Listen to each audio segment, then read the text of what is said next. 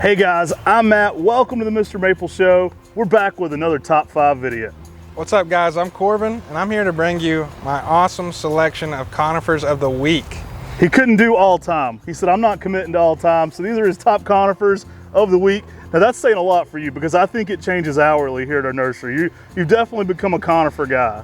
I am, man. I just love the texture these things give in the yard, the range of colors, and also the range of forms that they all offer. And it is my favorites change like the weather. It's something different every time I'm in that conifer house. I see maybe there's that one special tree and it kind of tugs at my heart a little bit, man. So you've narrowed it down here. We've got a top 5. Let's get it going. Number 5. All right, guys, we got number 5. Yeah, we got Chamaecyparis lawsonii whistle cigarro.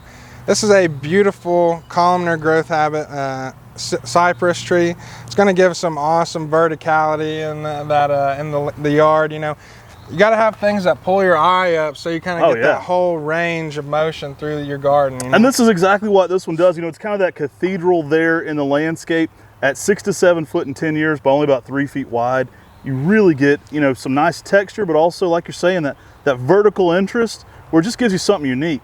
I'm a huge fan of this one. Now, one of the best things about our whistle cigarro are these are on disease-resistant rootstock. So they work great here in the South because of that. It's a tree that's naturally going to work zones 4 through 8, but that disease-resistant rootstock is key for whistle cigarro.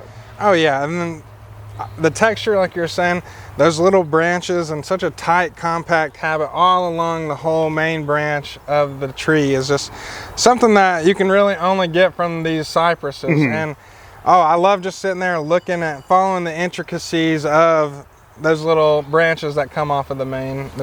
Yeah, this was found as a broom on the cultivar Whistlei, which kind of is interesting. It's kind of like Twombly's Red Sentinel, though it's a broom, it still has that very narrow type habit to it. So a uniqueness there going on for a broom.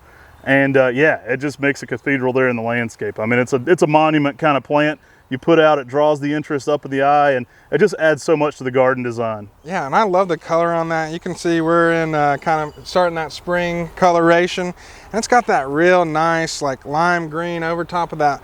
It's almost a blue color, I'd say. And that contrast in color is just nice, and it brings just even more detail to that beautiful plant. Oh, for sure. Number 4. So next up, number 4. And we got a beautiful Cedrus atlantica sapphire nymph. Oh, dude, great choice. This could be my one. I'm a fan of this one. This might be my one on the table. I'm a huge fan of it. Great pick. Dude, yeah, I know that maybe by the time y'all seeing this has been up at the 10 at 10. So these might be gone, and there's a good reason for that. One of my first conifers was Cedrus atlantica. So these conifers have a nice spot in my heart. And this one brings awesome blue color. It's almost white. Dude, this one almost makes me think of like dew in the morning too. Like it looks frosted. Like it has that like early spring feel to it even in the summer. It feels like a cool breeze when you see it. Like it looks like it touches and it feels cold. Like it's got a cool factor to it. The Sapphire Nymph was an introduction by our friend Pat McCracken. And the cool thing about this one is it's like 3 to 4 feet tall, 3 to 4 feet wide, even in 10 years. So it works awesome in a small conifer garden, container garden, or anywhere you just want a baller tree. Oh, no kidding. I love that tight, compact habit from all the needling coming up. I mean, usually on a lot of those non-dwarf cedars, you see it's kind of really sparse all the way up through that limb. And these ones are stacked right up on top of each other. And I mean, Brian and I have a little joke. We walk past some trees and we always say, bonsai, you know? And it's like, this tree screams that already. And it's just, I love trees you can admire and enjoy their beauty even at a young age too. Oh, dude, great pick. Very durable. This one's gonna work zones 5 through 9 and special place in my heart as well. I'm a huge fan of that one. No kidding. I might have to get one of these, so you might want to get one before they're all gone. Number 3. Sienna Sunset, also going by the name Anik. Good choice, man. I'm a huge fan of this one too. Would definitely, you've got 2 here that would definitely be in my top 5 as well. Oh yeah, man. I love walking past these in the greenhouse every day there's something new about them. You get to see that change in color through the season. It really offers that year time ever-changing beauty. It goes from that nice bronze to these lime greens you see, and it's just amazing.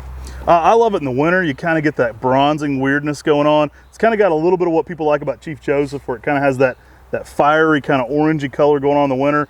And then you start to get the chia pet effect, right? Like spring hits and we got that greener, older growth, but you got that intense kind of yellow, and it can kind of bronze out, get a little more orange in that summer growth too. Oh yeah, this is going to be an awesome one to put right next to your door. It's not going to get too big. Yeah. You don't have to prune it as often too, and it always is going to kind of get that spherical shape. Yeah. Which is, it's awesome. I love whenever trees, they kind of have that habit that they're stuck to, and spheres look nice in the garden. You don't see that too often, and I mean, I love the color on this one. Love the mass plantings of them. I mean, they look beautiful together in a sea of green and bronze. You can kind of even outline a garden with these. They make so much interesting texture. I think probably one of the most popular ways we've had customers using them is in patio planters, because it just looks like a perfect little ball there on top of the patio planter. It's an easy way to grow this one. It brings the color. I mean, the Sienna Sunset name comes from the sunset in Italy, so they're going all out when they're going with an Italian sunset. Awesome tree found in Holland. Really cool color patterns though, and overall growth is really nice. I mean, we listed as 2 to 3 feet in 10 years. It's closer to 2 feet typically. I mean, it's a nice compact ball. Yeah, I mean, those Italians, they got an eye for beauty. They got some awesome maples, awesome cars, and awesome conifers too. So they definitely got that. They got that the perfect vision on what they want in the garden as well. So, all right, number 2. Deuces. All right, man, we're up to 4. What you got? We got Pinus flexus Vanderwolf's pyramid. Man, you're flexing on them with number 4. Flexing. Pinus flexus. Yeah, I mean, I love the tight form of all the needles on this thing. I mean, yeah. It looks like you could just cut it down and make a broom right out of it. And, right. Hopefully you don't do that, but you could if you wanted to. And I mean, look at that candling on top. It's such nice colors of lime green contrasting with that almost blue color that you get on those needles. Mm-hmm. Yeah, I can't get over the dense compact. Oh, it's a cool plant, and Pyramid describes it greatly because it's 10 to 12 foot even in 10 years, and it makes a small pyramid there in the garden. So you kind of get that almost like perfect little Christmas tree look to it, but in a taller, skinnier form. I'm a huge fan of how this one grows. Oh yeah, man, and I'm just like looking at the contrast on the table, and like some of these might go perfectly with that tall upright form. I mean, you put a couple of neeks or maybe something to kind of battle that out with the whistle saguaro. And that's what I love about the conifers is, you're bringing that texture. Maples bring beautiful color, and the texture of the conifers is something that's unbeatable. They really can be those structures there in the landscape that provide that, 4-season interest. They're kind of the bones of the garden that are always there, right? And then you can kind of fill out around them, and it makes a great starting point. This one, for its dynamic shape and color, I mean, you get kind of that blue-green. I don't know if maybe conifer people will correct me, but I don't know if you consider it variegated, but it definitely has that variegated aspect of the needles where you get that kind of white going on the blue-green, and it just gives it something interesting. I know if I had this one in my yard, my wife's putting a bow on it at Christmas, but a really cool plant to have in the landscape. Yeah, man, and it really does show out. I know Brian picked up one of these, and those conifers, yeah, they look good year round, which is something amazing. You can admire the maple for its structure, but the conifer is going to be that reliable thing that's always kind of giving you something in the garden, and that's what I love about them.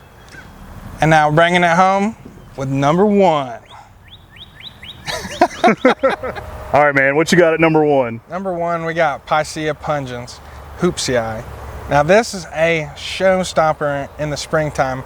I mean, that is some of the bluest needles I've seen. I mean, it's about as close to Carolina blue as you get in the garden, right? I mean, there's no blue maples, but you get the conifers in there and you can get some insane shades. And I mean, this thing looks like a sunny day. Oh, definitely. I mean, Tim is a yellow guy. Right. I would consider myself kind of a blue guy, honestly. I mean, I love that conifer blue. It's something that you rarely see in the garden with these specific shades of color. And I mean, this thing is putting on a show. You can see that contrast of the older growth with the new spring growth. And man, I cannot wait to see one of these hoopsias in full form and see a beautiful specimen of it. Oh dude, these are great plants. These are gonna work zones 3 through 8, and really great durability to this one. It's a fun plant to be growing. It's a Colorado spruce. I'm a huge fan of the shape. I mean, typically even in a 10-year period, this one is only about 4, maybe 4.5 feet tall, about 5 to 6 feet wide, making more of that, perfect little, it's almost like a kiyohime, right? Makes that little rounded ball shape, but almost more of the toadstool type habit to it. Oh yeah, and that's something awesome about the spruces. I feel like they offer you a wide range of shape, color, and texture. And one of the things I love about conifers is I got to be touching them every single time I walk by them. Everybody walks by, especially the seeing the sunset. Like that one's probably one of the most touched plants. Sapphire nymph may get you a little bit. It's not too prickly. Yeah. But man, fun list of conifers here, man. I'm a huge fan. Your list is probably gonna be very similar to mine. I said 2. You may have like 4 or 5 of the ones I would pick. Love Whistle Saguaro. I love what it brings to the garden, and you've made a great set of plants that honestly pair pretty well together. Like you could put this out in a landscape and you've got a great conifer garden. Oh, I know, man. And I'm feeling like I'll just take this right now, man. This thing is awesome. Same with that hoopsie.